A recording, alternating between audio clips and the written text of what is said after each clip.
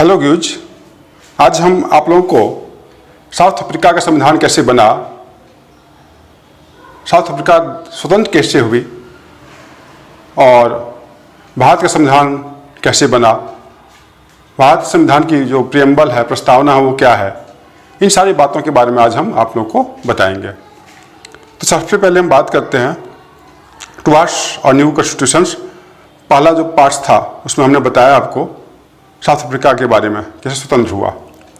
इस पार्ट में हम आपको बताने जा रहे हैं टुवर्ड्स और न्यू कॉन्स्टिट्यूशन, साउथ अफ्रीका में नया संविधान कैसे बना।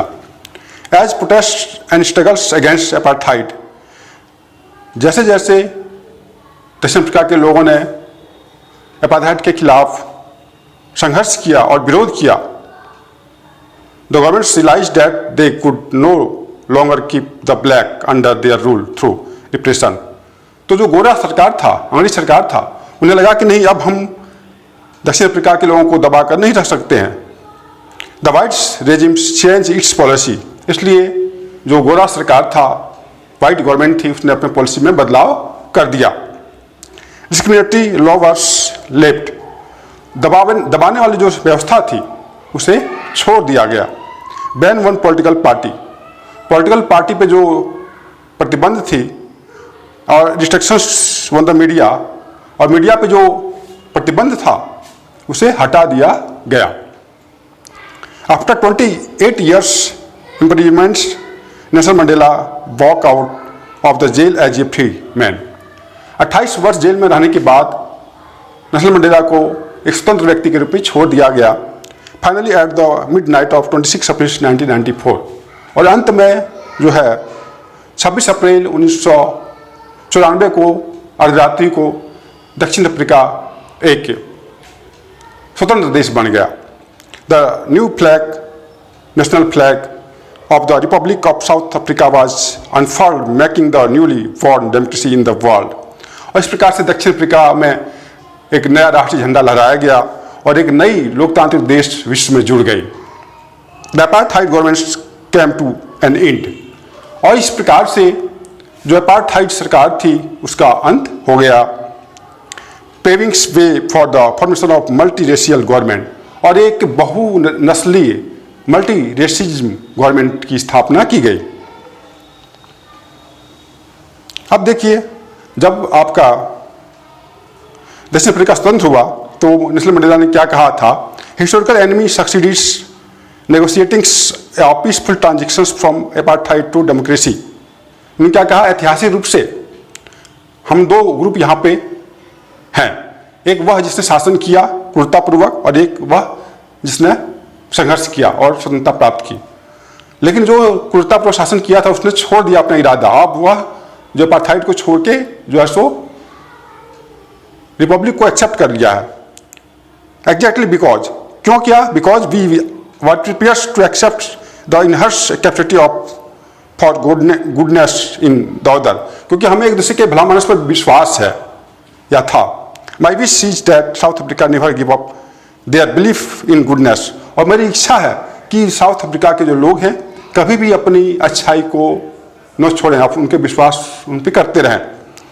That they cherish that faith is human beings is the corner stone of our democracy, और यह जो आपसी विश्वास हमारा है वही हमारा लोकतंत्र का आधार है, ठीक है ना। After emergence of new democratic South Africa, जब साउथ अफ्रीका एक नई लोकतांत्रिक देश बनी, black leaders appeal to the fellow black, जो काले नेता लोग थे उसने काले लोग की जो समाज था उनसे आग्रह किया, forgive to the white for atrocities. वे जो है सो जो काले गोरे जो लोग हैं उन्होंने जो अन्याय किया काले लोगों के साथ उनको भूल जाएं, had committed file in power, जब वो शासक थे। They said let us build a new South Africa based on equality of all races man and women. उन्होंने क्या कहा, अब हम लोग एक ऐसा साउथ अफ्रीका बनाएं जहाँ पे सभी लोग को समानता मिले, चाहे वो किसी भी नस्ल का हो, किसी भी रेस का हो, चाहे वो स्त्री हो या पुरुष हो, है ना। और वन डेमोक्रेटिक वैल्यू, और जहाँ पे लोकतांत्रिक आस्था को लागू किया जाए, सोशल जस्टिस, सामाजिक न्याय हो, एंड ह्यूमन्स राइट्स, और मानवाधिकार जो है का रक्षा कायम हो। The party that's rules through operations and brutal skilling and the party that's led to the freedom, एक वह पार्टी थी जिसने क्रूरतापूर्वक शासन किया था काले लोगों को, और दूसरी ओर एक वह पार्टी थी जो स्वतंत्रता संघर्ष में अपना बहुत बड़ा योगदान दिया, स्वतंत्रता प्राप्त किया। ये दोनों ही प्रकार के जो लोग थे वो आपस में एक साथ बैठे, state together to draw up common constitution, उन्होंने एक संविधान बनाया, ठीक है ना। After 2 years of discussions and debates, 2 वर्ष के बहस और चर्चा के बाद they come out with one of the finest constitutions of the world has never had। उन्होंने एक ऐसा संविधान बनाया, अनोखा संविधान बनाया जो दुनिया में कहीं भी नहीं है। This constitutions give to the citizens the most extensive rights available in any country।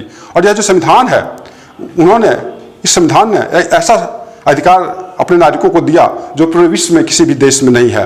Together they decides, इसके साथ ही उन्होंने डिसीजन लिया that in the search for a solution to the problem, कोई भी समस्या होगा तो हम दोनों समुदाय मिलके उसका डिसीजन करेंगे।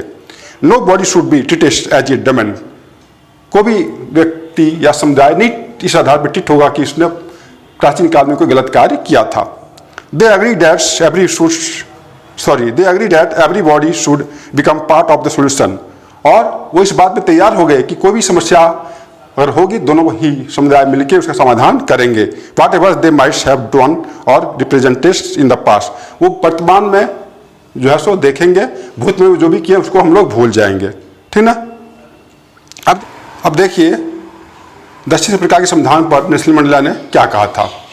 The constitution of South Africa speaks of both the past and the future. South Africa का जो संविधान है वह भूत और भविष्य दोनों की बात करता है। One hands it is settlement pact in which we as South Africa, यह एक पवित्र समझौता है जिसमें साउथ अफ्रीका के जो लोग हैं declare to the others that we shall never permits और repetitions of our racist brutals और रिप्रेसिव पास्ट। हम लोग अब ऐसा कोई भी कार्य करने नहीं देंगे जो कि भूत में गोरे लोगों ने किया, वैसा अनुमति नहीं देंगे। But it is also more than that, it is also characters for the transformations of our country into one the which is truly shared by all its people। पर बात इतनी नहीं है, यह अपने देश के सभी लोगों द्वारा वास्तविक अर्थों में साझा करने की घोषणा पत्र भी है ना।